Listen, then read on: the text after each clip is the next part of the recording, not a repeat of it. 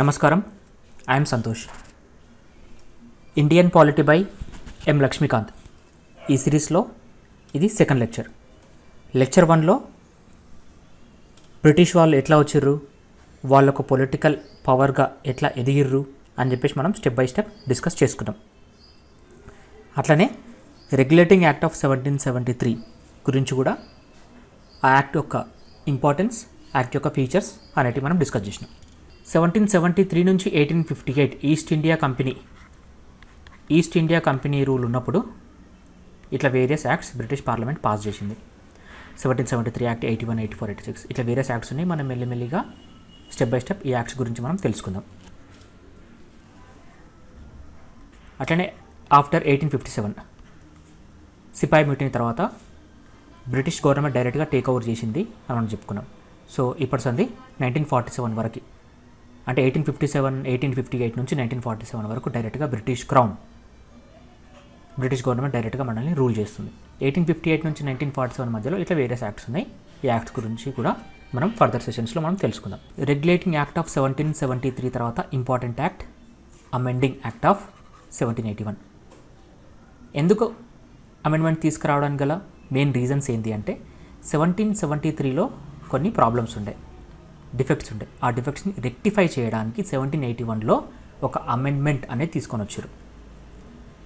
అట్లనే ఈ యాక్ట్ని act of settlement అని కూడా అంటారు. ఈ అమెండింగ్ యాక్ట్ ఆఫ్ 1781 ద్వారా సుప్రీంకోర్టు యొక్క పవర్స్ వాళ్ళు రెడ్యూస్ చేయడానికి ట్రై చేశారు.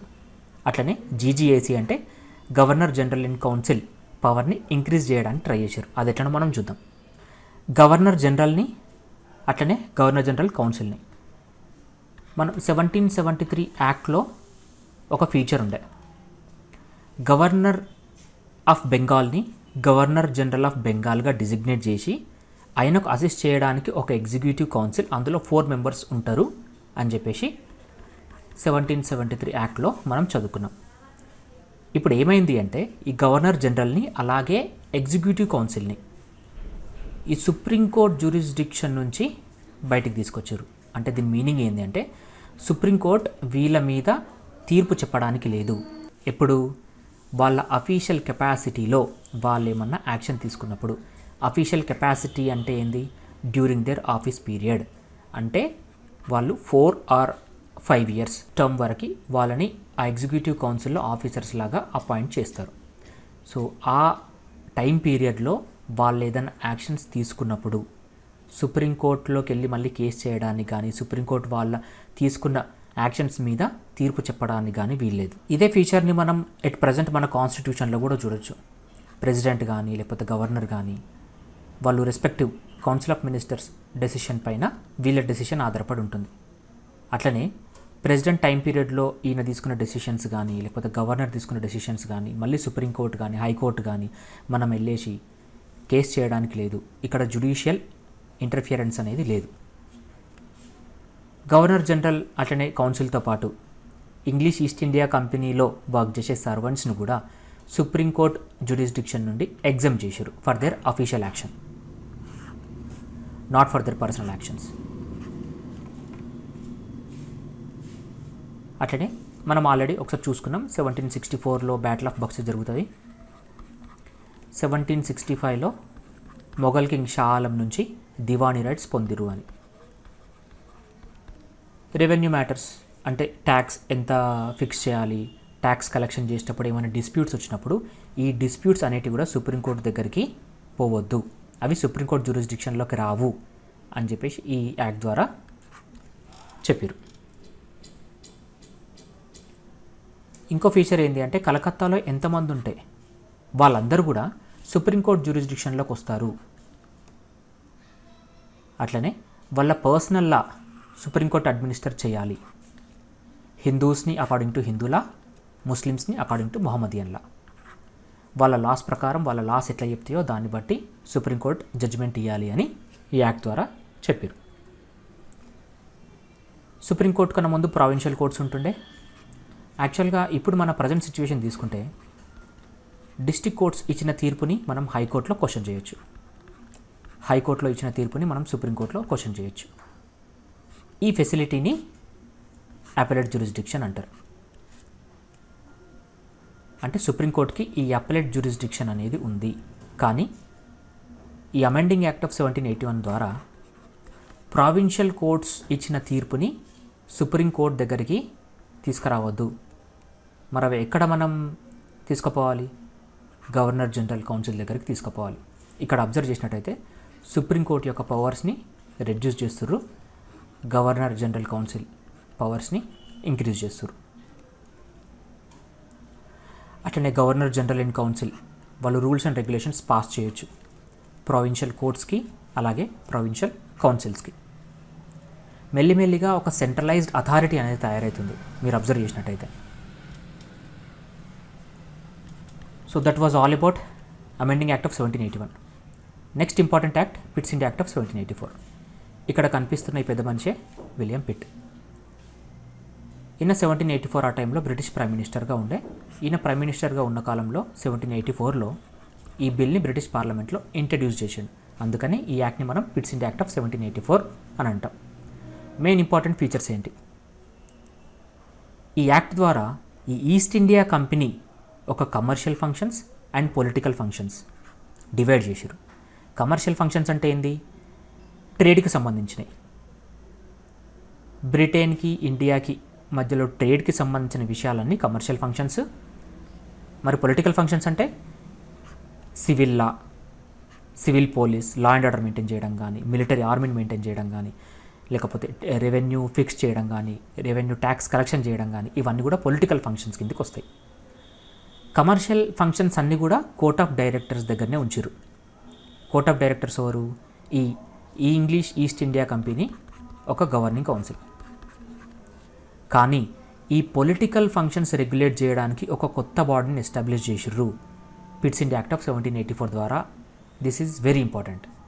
ఇది కంపల్సరీగా గుర్తుపెట్టుకోవాలి. Board of control. Court of directors కూడా లండన్లో ఉంటారు, బోర్డ్ ఆఫ్ కంట్రోల్ కూడా లండన్లోనే ఉంటుంది. వీళ్ళు ఇక్కడ కొత్త బాడీ బోర్డ్ ఆఫ్ కంట్రోల్. వీళ్ళు డైరెక్ట్గా బ్రిటిష్ క్రౌన్ని రిప్రజెంట్ చేసిర్రు. ఇక్కడ వచ్చేసి కోర్ట్ ఆఫ్ డైరెక్టర్స్. వీళ్ళ పవర్స్ మెల్లిమెల్లిగా లాక్కుంటున్నారు. అందుకనే దే ఆర్ వెరీ సాడ్. ఇక్కడ మీరు అబ్జర్వ్ చేయండి. ఈ సిస్టమ్నే board of control and court of directors 2 bodies ఉన్నాయి కాబట్టి ఈ సిస్టమ్నే డబుల్ గవర్నమెంట్ అంటారు. ఈ పాయింట్ కూడా గుర్తుపెట్టుకోవాలి. డబుల్ గవర్నమెంట్ ఏ యాక్ట్ ద్వారా నిర్మించబడింది అనుకున్నప్పుడు పిట్స్ ఇండియా యాక్ట్ ఆఫ్ 1784. ఈ పిట్స్ ఇండియా యాక్ట్ ఆఫ్ 1784లో ఇంకా ఇది ఎందుకు అంత ఇంపార్టెంట్ అంటే, ఇప్పటి వరకు English east India company positions అన్న వీళ్ళు ఇండియన్ ప్రావిన్సెస్ని ఫస్ట్ టైం వాళ్ళు బ్రిటిష్ పొజిషన్స్ అన్నారు. అంటే మెల్లిమెల్లిగా British government English east India company నుంచి పవర్స్ లాక్కోవడం స్టార్ట్ చేసింది. అది ఎందుకో మనం ఇప్పుడు తెలుసుకుందాం. మెల్లిగా బ్రిటిష్ గవర్నమెంట్ సుప్రీం కంట్రోల్గా తయారవుతుంది through this board of control. But ఎందుకు ఇంత ఈస్ట్ ఇండియా కంపెనీ వాళ్ళ మీద అంతగానం ఎందుకు రెగ్యులేట్ చేయడం స్టార్ట్ చేశారు అంటే, ఒక హిస్టారికల్ ఈవెంట్ ఉంది. అమెరికా 1783లో వాళ్ళకి ఇండిపెండెన్స్ వచ్చింది. ఇప్పుడున్న నార్త్ అమెరికన్ కాంటినెంట్లో యుఎస్ఏ, అది కూడా ఒకప్పుడు బ్రిటిష్ కాలనీయే. బ్రిటిష్ వాళ్ళే కొంతమంది యుఎస్ఏకి వెళ్ళి వాళ్ళకారు సెటిల్ అయ్యారు. బట్ కొన్ని సంవత్సరాల తర్వాత ఇక్కడ ఉన్న వాళ్ళు మేము సపరేట్ కంట్రీ, ఇంకా మాకు బ్రిటన్తో సంబంధం లేదు అని చెప్పేసి వీళ్ళకు టాటా గుడ్ బై చెప్పారు. సో ఆ బ్యాడ్ ఎక్స్పీరియన్సెస్ వల్ల ఎట్టి పరిస్థితుల్లో కూడా మనం ఇండియాని వదులుకోవద్దు అని చెప్పేసి, ఎందుకంటే ఇండియా అనేది ఒక ప్రైజ్డ్ కాలనీ. ఇండియాతో ట్రేడ్ చేయడం అనేది చాలా హ్యూజ్ ప్రాఫిట్స్ ఉంటుండే వాళ్ళకి. ఆల్రెడీ ఒక కాలనీ వాళ్ళ చేతిలోకి వెళ్ళిపోయింది యుఎస్ఏ. ఎందుకు అంటే ఇక్కడ నుంచి రా మెటీరియల్స్ వాళ్ళు ఇంపోర్ట్ చేసుకుంటుండే, యుఎస్ఏకి ఫినిష్డ్ గుడ్స్ ఎక్స్పోర్ట్ చేస్తుంది. ఇదొక మార్కెట్ అనమాట వాళ్ళకి. సో యుఎస్ఏలో మార్కెట్ పోయింది. ఇండియా అనేది హ్యూజ్ మార్కెట్. సో ఎట్టి పరిస్థితుల్లో కూడా వాళ్ళు ఇండియాని వదులుకోవడానికి రెడీ లేరు. అందుకని మెల్లిమెల్లిగా బ్రిటిష్ గవర్నమెంట్ ఇండియా మీద కంట్రోల్ సాధిస్తుంది. అది వేరియస్ యాక్ట్స్ ద్వారా, step by step. So that was about 1784 act. After 2 years 1786లో మళ్ళీ ఇంకొక అమెండ్మెంట్ చేశారు. దేనికి? ఈ 1784 యాక్ట్కి. 1786లో lord Cornwallis governor general of బెంగాల్గా అపాయింట్ చేశారు. ఈయననే లార్డ్ కార్న్వాలిస్. ఆయన ఒక 2 డిమాండ్స్ పెట్టిండు. ఆ 2 డిమాండ్స్ ఏంటి అంటే, ఎగ్జిక్యూటివ్ కౌన్సిల్ నా డెసిషన్ని వాళ్ళు ఆపోజ్ చేసినప్పుడు ఆ ఎగ్జిక్యూటివ్ కౌన్సిల్ని కూడా నేను ఓవర్ రైడ్ చేసే అధికారం నాకు ఉండాలి ఆన్ సమ్ స్పెషల్ కేసెస్. అంటే ఆయనకు వీటో పవర్ కావాలి అని చెప్పేసి అడిగాడు. అట్లనే ఇండియాలో ఉన్న ఆల్ మిలిటరీ ఫోర్సెస్కి నేనే కమాండర్ ఇన్ చీఫ్ ఉండాలి, అంటే గవర్నర్ జనరల్ ఆఫ్ బెంగాలే కమాండర్ ఇన్ చీఫ్ ఉండాలి అని ఆయన డిమాండ్ చేసిండు. సో ఈ డిమాండ్స్ని ఫుల్ఫిల్ చేయడానికి అమెండింగ్ యాక్ట్ ఆఫ్ 1786 తీసుకొని వచ్చారు. మెల్లిమెల్లిగా చూసినట్టయితే ఇంతకుముందు governor general in council strong ఉంటుండే, బట్ స్లోగా ఒక centralized authority only governor general మాత్రమే మెల్లిమెల్లిగా పవర్ఫుల్గా తయారవుతుండు. That's all about today. With this I'm ending the session here. మీకు ఏమైనా డౌట్స్ ఉంటే కామెంట్ చేయండి. యాజ్ సూన్ యాజ్ పాసిబుల్ నేను ఆన్సర్ చేయడానికి ట్రై చేస్తాను. Thank you.